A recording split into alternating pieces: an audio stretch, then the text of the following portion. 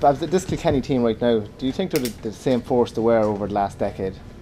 Well, I think their backs are up to the standard that they have been over the years. If you take Paul Murphy, JJ Delaney, Tyrrell, young Holden has fit in reasonably well. Maybe, question mark about him. Brian Hogan is as good as ever, and young Buckley is the one guy of the new lads that have really kind of come to to be an established player. When you think of it, he's kept Tommy Welch out of the team, and so has young Holden. Question mark about the forward line.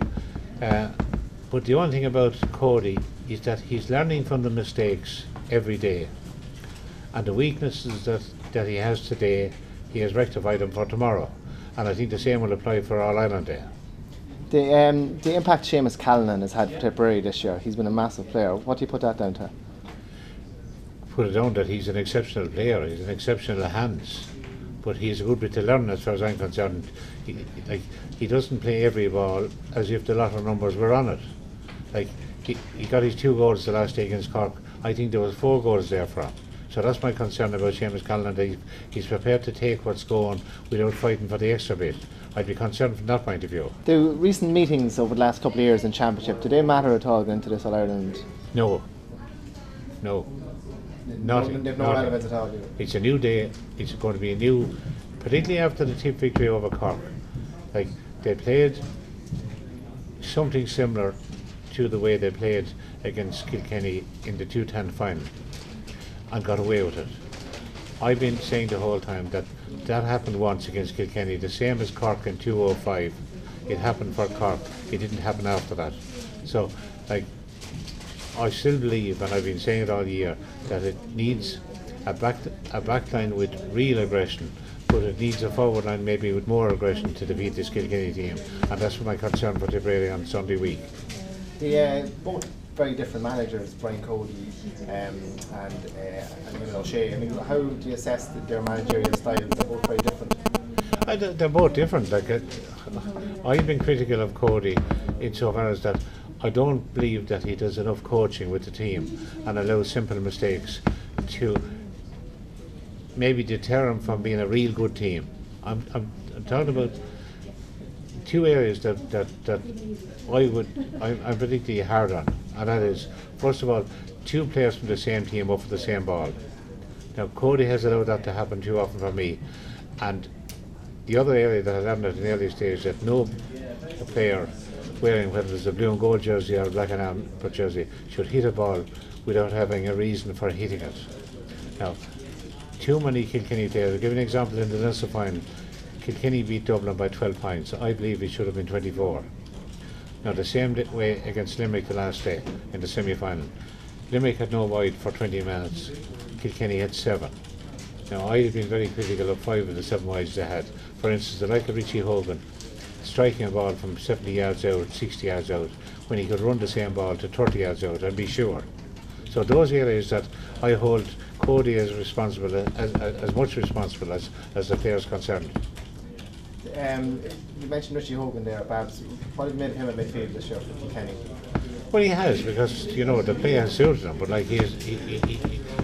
he hasn't dealt with the aggression and the pressure of All Ireland Day yet, and he hasn't delivered on the All Ireland Day yet, really. So this I'm saying to you that the pressure associated with this year's All Ireland will be immense from a Kilkenny point of view, because there are certainly 3 or 4 players that mightn't see or march behind the R10 boys band again.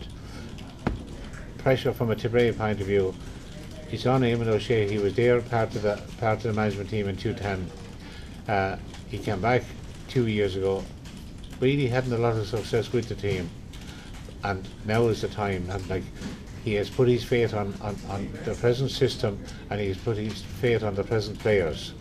So if that doesn't happen from this year's All Ireland, he's back to the drawing board again.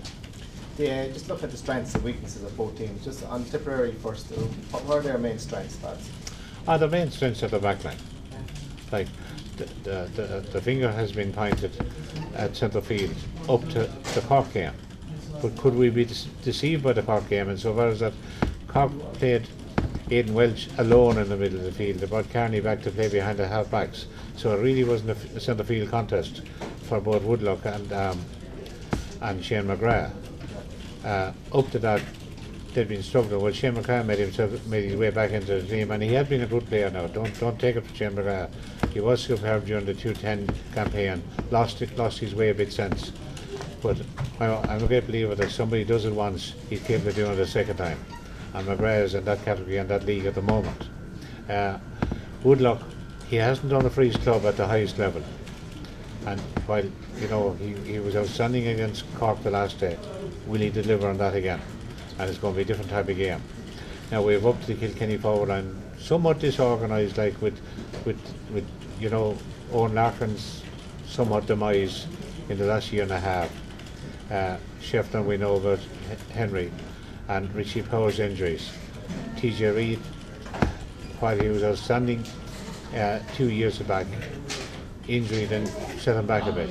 And the new players haven't just delivered, young Welsh, Mark Kelly, Liam Fennelly has to deliver on the big day. Now he's going to be a threat because he's such a big man, and he's going to be a threat to the Tipperary backs who have been outstanding all year.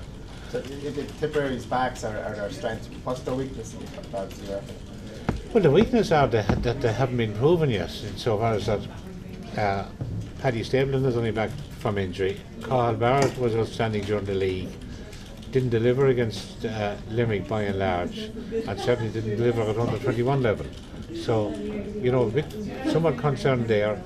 James Barry is unbelievable for a new lad coming in without any kind of a reputation at full back. So there's a good bit of uncertainty about the full back line, Stapleton, Barrett and James Barry, and O'Shea cannot change the backs after the performance against Cork. So you go on then, centre back Brendan Maher, one of the great skills man on the team.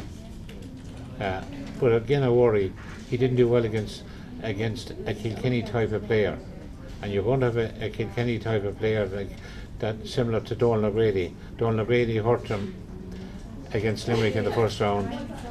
Mick Fennelly is going to do the same. Now, is he the right kind of a player for Brendan Maher? Pádraig Maher, unbelievable this year. A huge regard from down along, but this year he has learned how to, that area that I refer to, no player hits a ball without having a reason for it. And Pádraig Maher ticks all the boxes in that area this year. Like, he's going to be a concern for Kilkenny, and if I was Brian Cody, I'd have no ball going to the Tipperary left half back area, and I'd have no ball going within 25 yards of Pádraig Maher. And you'll find that goalkeeper, any ball's been cleared, you'll find that Cody, if he's tuned in, will make sure that Pádraig Maher isn't brought into the game. Kilkenny's strengths, guys? Kilkenny's strength at the moment are their backs. Their backs are playing like Armagh and Tyrone in football in the early years, but they learned about this cluster in Donegal 2 years ago, and Donegal are still going to repeat that. That's their strength. What are their weaknesses then? The weaknesses are that the forward line isn't complete yet. Now, whether it's going to be complete on All Ireland Day, with probably Richie Power back at full forward, Owen Larkin stepping it up, Fennelly back after injury, played well for 40 minutes against Limerick, probably not fit enough to complete their 70 minutes. He's going to be a huge threat. Like, remember, Michael Fennelly was hurler of the year 2 years ago. TJ Reid, I think Cody made a mistake playing him in the corner last day. All his good displays were out at number 10. His strength at free taking, unbelievable this year. So those areas, question mark who they're going to play left half forward at the moment, because they've tried a number of players without real success there. But that's the strength of the Kilkenny. You haven't mentioned Henry Shefton yet. What role do you see Henry having in the Ireland? I think he's going to be kept as a sub again, an impact sub. But he left it very late in the last number of games to bring him in. It's very difficult to come in and have an impact. Maybe all right against Dublin when they win by 6 or 7 points, against Limerick when they was holding on to a point lead. It's very hard to come in and make an impression at that stage. Now, fine, we saw it yesterday in football where it worked for Kerry, but I'd certainly be considering Henry at half time at least. And finally, perhaps call it for us. How do you see the 2014 All-Ireland final? Well, I've been saying the whole time that until a team that have aspirations of defeating this Kilkenny team come up with a forward line that's going to think about playing as backs, I haven't seen that happen yet, and I'm not sure I saw it happening with the semi-final between Cork and Tip. We've 6 of the best skill hurlers in the game in Tipperary, yet 3 of our forwards hit no ball in the first half against Cork. I don't think that's going to do, and I'm not sure that Eamon O'Shea is going to change at the 11th hour.